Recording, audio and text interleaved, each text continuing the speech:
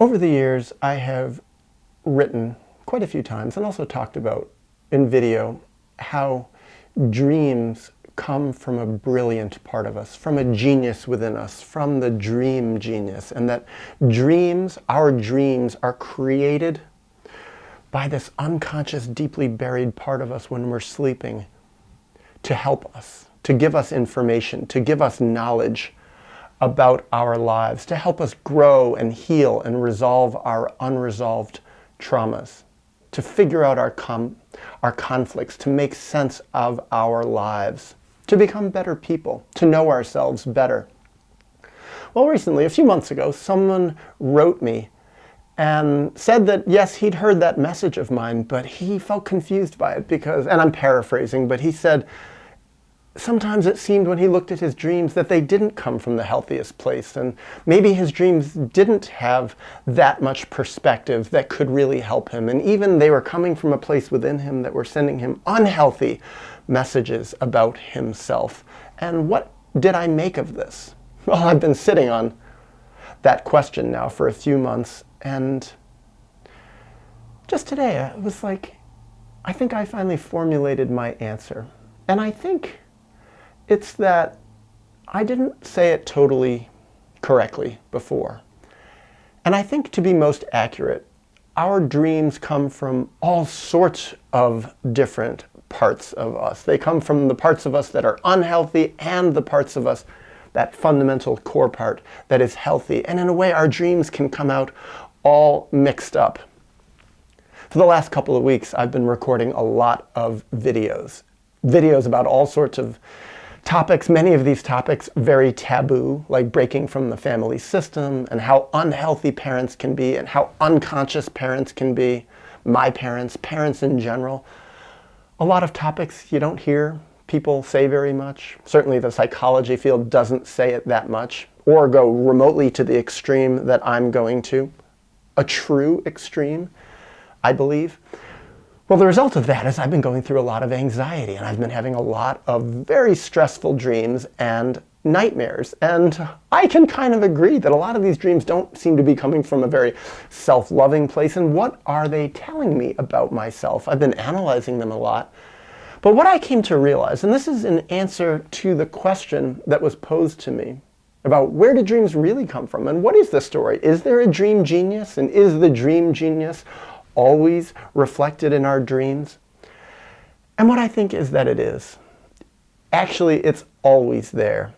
But the key, and this is probably what I left out, I'll have to go back at some point and read what I've written and watch old videos I've said, but I think what I left out is the key in doing effective dream analysis and making sense of dreams for our own individual benefit is that we need to have some fundamental root, even a thread of a connection with our deep, true self.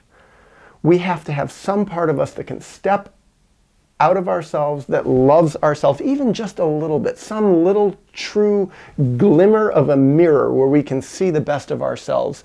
And from that perspective, we can analyze our dreams. From that perspective, we can connect with the dream genius within us. And the reason I say this is that I think of my time as a psychotherapist when many, many times clients of mine brought in dreams that they were having. They could feel at some intuitive level that their dreams were very important, but they had no clue how to make sense of their dreams. Or they only could interpret their dreams in negative ways about themselves. And what I provided to them was the rudiments of a connection with their true self. In a way, I was a surrogate mirror for them, a surrogate true self who they could use to learn more about their true self. In a way, I was the mirror that shined on their true self, and I helped them begin to learn how to have the strength, how to have the courage, how to have the ability at all to connect with their true self. And they were able to use me in that role, and that I was able to have that perspective on their dream to say, yes, this part of your dream, I believe, because it's always a question of perspective. You can analyze dreams lots of different ways, and sometimes all these different ways can be correct.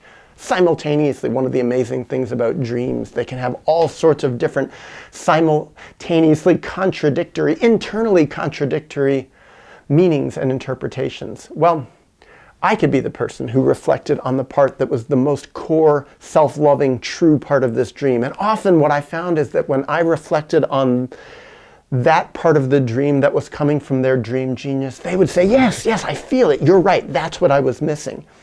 And in time, as they resolved more of their traumas, as they grew more self-loving, as they developed more of a reflex of a healthy lifestyle and a healthy self-reflective relationship, they could take over the process of analyzing their dreams from the perspective of being a true self-loving, mature self. Or at least some part of them was that could connect with that dream genius. Now, does that mean that if a person, perhaps like this person who wrote me about not necessarily being able to sort out where the core of truth and self-love is in his dreams, does that mean that this person doesn't have any connection with a core of truth inside himself? I don't think so. Actually, I know not, because I know for myself, sometimes when I'm having a really hard day or a really hard night of sleep, and I wake up and I'm like, oh, and I write down a dream, sometimes it can just feel kind of hopeless. Maybe at that moment, I just don't have a strong connection with my core of truth, and I can't reflect on the part of me that is creating the dream out of self-love. I can't connect with my dream genius. But in time, as I calm down, as I relax, as I get away from the horror and drama sometimes of my external life, of my terror, of how the external world is feeling about my growth, and I relax, I unplug a little bit from the stress, I can return more to being centered and self-loving. And that's where I can yet again find my dream genius. And my dream genius is a beautiful thing. I've seen that again and again. How brilliant and self-loving is this unconscious part of me who is fighting for me from within, who is using dreams to create a fictional metaphor about my life that I can learn from. I can see my past. I can see where I came from. Often I can see how unloved I was by my parents, by other people in my life, how misguided I was by the people who I thought were my role models. Who were my role models? They role modeled unhealthy behavior. And I can see how much conflict there was. I can see how my dream genius sets up the theater of my life in these dreams to show me, oh God, that's where you came from. That's how sick those people were. That's how sick they still are. And that's how healthy you are. That's how self-loving you are, that you can see this, that I can present this to you, and you can have the gift of being able to remember it. I know many, many, many people who say, I can't remember my dreams at all. I remember nothing. I think that's often because they're in a place where remembering would just be too painful. They're not ready to remember.